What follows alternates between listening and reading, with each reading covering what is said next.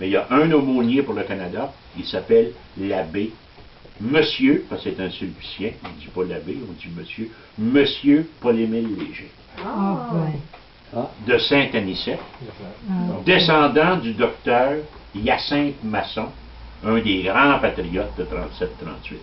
Il a fait élever un grand monument d'ailleurs en son honneur. Son frère était aussi impliqué là-dedans.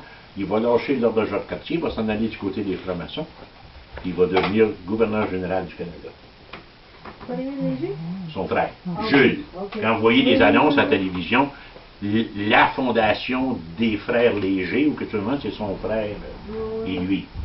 Mais le cardinal Léger, j'insistais pas là-dessus, parce que ça aussi c'est une belle histoire intéressante, il est aumônier de l'ordre de Jacques-Cartier, puis la patente va faire débarquer Monseigneur Charbonneau, qui est archevêque de Montréal. Parce que ça, c'est un franco-ontarien. Puis il était évêque d'un diocèse en Ontario, quand ils l'ont nommé à Montréal pour remplacer Monseigneur Gauthier. Puis quand il arrive ici, c'est un bonhomme, là. Quand il arrive ici, il déclare le diocèse bilingue. Vous savez, la mentalité colonisée franco-ontarienne. La Saint-Jean-Baptiste, puis l'ordre de Jacques-Cartier, n'aiment pas bien ça. Fait que dans les procès-verbaux, moi j'ai lu tous les procès-verbaux de la Saint-Jean-Baptiste de 1929 à 1989, je les ai d'ailleurs parmi mes 300 caisses qui sont dans l'entrepôt. Ça fait 100 000 pages dont je vous parle là. C'est quelque chose, les procès-verbaux, on se réunit à tous les 15 jours depuis 1834, puis chaque réunion c'est 25-30 pages de procès-verbaux.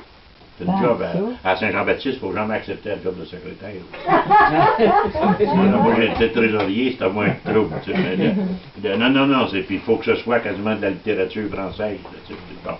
Mais ça fait bien des pages, mais c'est l'histoire du Québec qui est là. Elle est là, l'histoire du Québec. Donc,